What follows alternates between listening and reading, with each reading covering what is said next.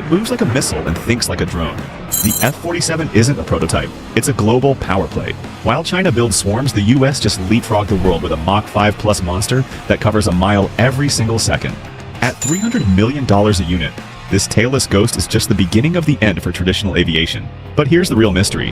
While the world scrambles to catch up to the 7th gen, the true battle is being fought in the black budget shadows of 8th, 9th, and even 10th generation projects. We are talking about quantum mine fighters and orbital attack vehicles that might already be watching from the edge of space. We aren't just looking at an upgrade, we're looking at the first trillion-dollar race to command the stars.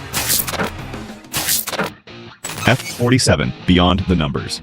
The F-47 is a total re-engineering of the American air power doctrine. To understand why, you have to look at the Pacific distance problem. The current kings of the sky, the F-22 Raptor and F-35 Lightning II, were designed for theaters like Europe where refueling tankers are always nearby. The F-22 has an internal operational radius of approximately 600 nautical miles, while the F-35A sits around 590 nautical miles. In the vastness of the Indo-Pacific, that's a liability. The F-47 is projected to shatter that ceiling with an operational radius of 1,200 plus nautical miles. That is double the reach, allowing it to penetrate deep into contested anti-access area denial zones without relying on bulky, vulnerable tankers that appear as massive targets on enemy radar. But the real magic isn't just in the fuel tanks, it's in the smart skin and the tailless profile. Traditional 5th generation jets like the F-22 use a twin-tail diamond wing configuration. While effective, those vertical stabilizers are the primary source of radar return. The F-47 moves to a tailless, cranked wing profile. By eliminating the tail entirely, the F-47 achieves superior all-aspect stealth, making it nearly invisible to the low-frequency radar arrays peer adversaries use for early warning. This stealth is reinforced by conformal integration. Instead of bolting antennas and sensors onto the frame, the F-47 utilizes smart skin technology, where the sensors are embedded directly into the composite structure of the fuselage. This doesn't just lower the radar cross-section, it reduces parasitic drag, allowing for higher cruising speeds and greater efficiency. Under the hood, this thing is a flying supercomputer. Its modular open systems architecture means it's a plug-and-play weapon. While upgrading an F-22 requires years of hardware overhauls, the F-47 can swap in new hardware or 10th generation AI algorithms like an app update. And then there is the raw power. The F-47 is powered by the next generation adaptive propulsion program. This is a variable cycle engine that adjusts its bypass ratio in real time. In one mode, it acts as a high-thrust turbojet for Mach 5 plus dashes. In another, it becomes a fuel-efficient turbofan for long-range loitering. To manage the insane heat generated at these velocities, which can melt traditional airframes, the F-47 uses its own fuel as an endothermic heat sink. Liquid fuel passes through heat exchangers to absorb thermal energy from the leading edges in avionics before it ever reaches the combustor. It's essentially using chemistry to keep the airframe cool while preheating the fuel for better ignition efficiency. For the first time in fighter aviation, the F-47 moves beyond purely kinetic combat. It is designed as a platform for directed energy weapons.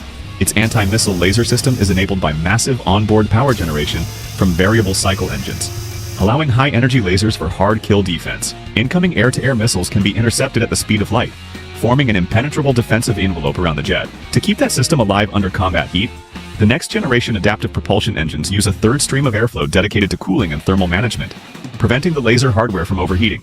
When the F-47 uses kinetic weapons, it does so with speed and volume. Large internal weapon bays are optimized for hypersonic strike missiles, released at speeds exceeding Mach 5, and it is not fighting alone. The F-47 acts as a mothership for collaborative combat aircraft drone swarms. It processes over 1 million pulses per second through its MESA radar, achieving a 92% fusion fidelity, then distributes that fused targeting picture as a central node inside the JADC2 network. The $300 million F-47 didn't just rattle the Pentagon, it sent shockwaves through every rival design bureau from Moscow to Beijing. The global response, and the panic. China's answer arrived with a name that sounds like something out of a legend.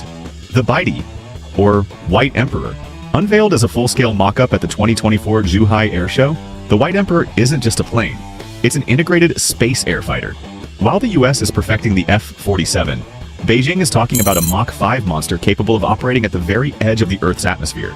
According to leaked specs from China's Nanchunmen project, the Baidi is designed to reach altitudes exceeding 100,000 feet, high enough to engage targets in low Earth orbit.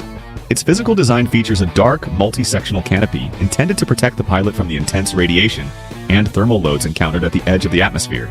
Some analysts dismiss it as a psychological gambit, but the scale of China's industrial base is no bluff. China has already produced over 300 J-20 fighters, and they are currently narrowing the sensor fusion gap with the West at an alarming rate. If the Bitey reaches its goals, it will be designed to carry a massive internal payload of hypersonic missiles, turning the Pacific into a no-go zone for anything without a US flag. Then there is Russia's MiG-41, also known as the Peka-DP. This project is born out of raw power and the need to replace the aging MiG-31 Foxhound. The goal is a Mach 4.3 monster, capable of hunting hypersonic missiles and satellites alike. The math for the MiG-41 is brutal. Sustaining speeds above 3,000 miles per hour generates so much friction that the airframe has to be constructed from advanced titanium and composite structures to survive. Russian officials claim the MiG-41 will be armed with an anti-missile laser and will operate at near space altitudes. However, industrial reality tells a different story. Between sanctions and the struggle to mass-produce existing fifth-generation platforms, many analysts believe the MiG-41 remains a paper plane, a warning to the world that Russia hasn't given up on its high-speed interceptor legacy. But here's the real panic.